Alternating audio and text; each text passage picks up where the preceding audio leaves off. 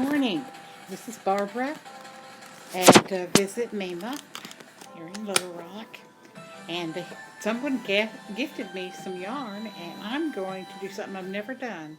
Create a little secret garden blanket using all the different colors and just changing and just putting together everything I could think of. Ladybugs, cherry blossoms, birds, butterflies, caterpillars, whatever I wanted. I'm using the base colors of white, off-white, gray, blue, orange, all kinds of colors that I'm no really any like I'm just going to stay with pastels or I'm going to stay with these dark colors. I'm just going to create as I feel.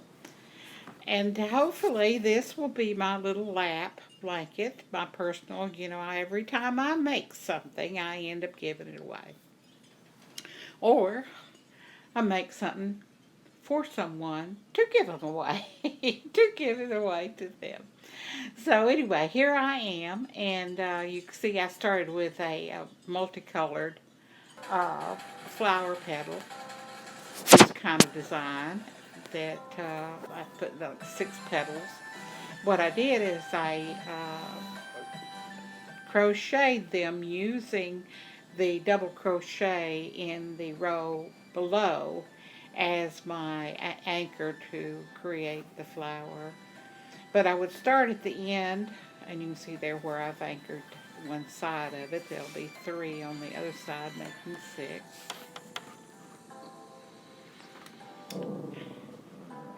Now I did make these like 10 stitches from here to here between each flower. And I started that particular row by changing colors from the off-white to the multicolor that I wanted to use in this little flower. Don't ask me what kind of flower yet.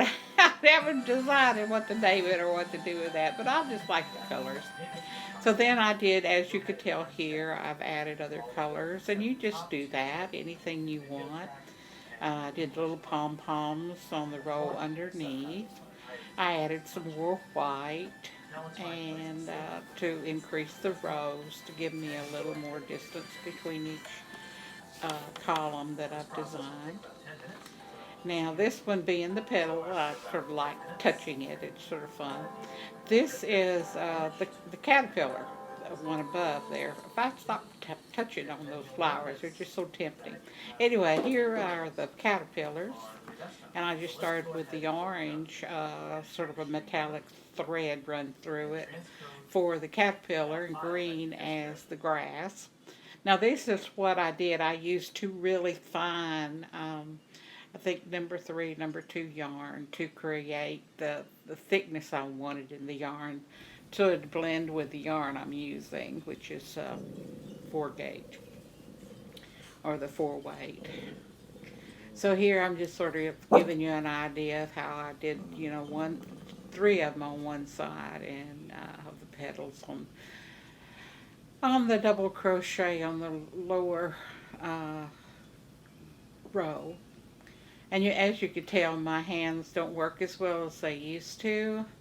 After 60 years of crocheting, you would think that I would be a perfectionist, or at least my hands would be.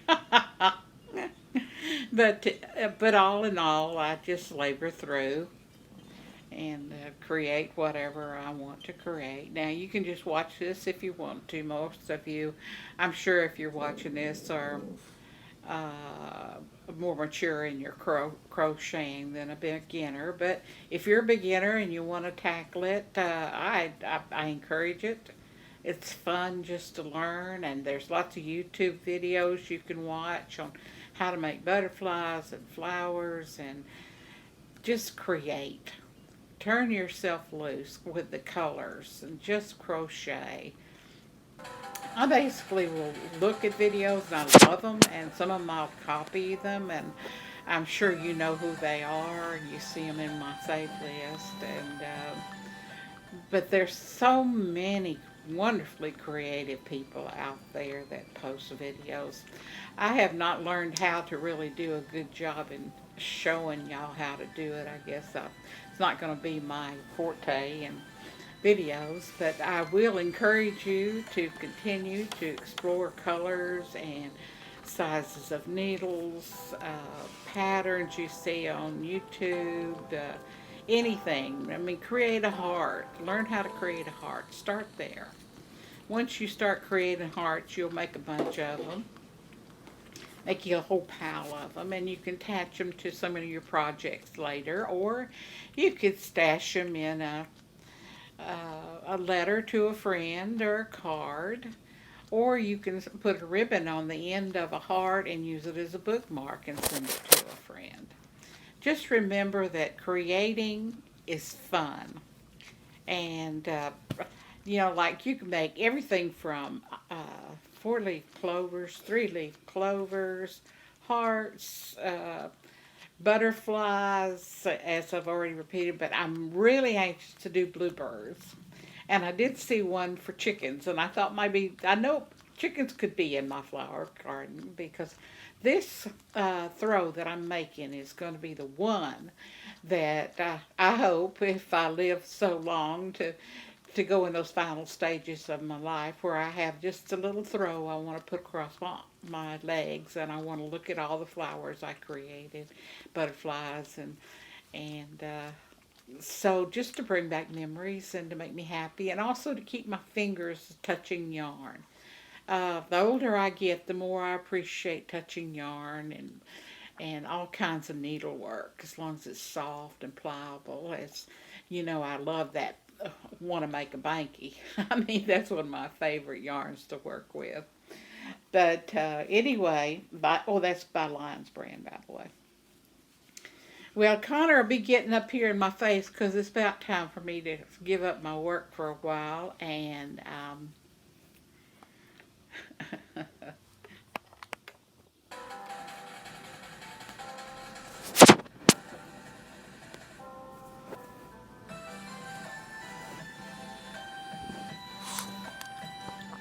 aren't you getting hungry? You getting hungry? Huh? What? You getting hungry? Getting hungry? Right. You getting hungry?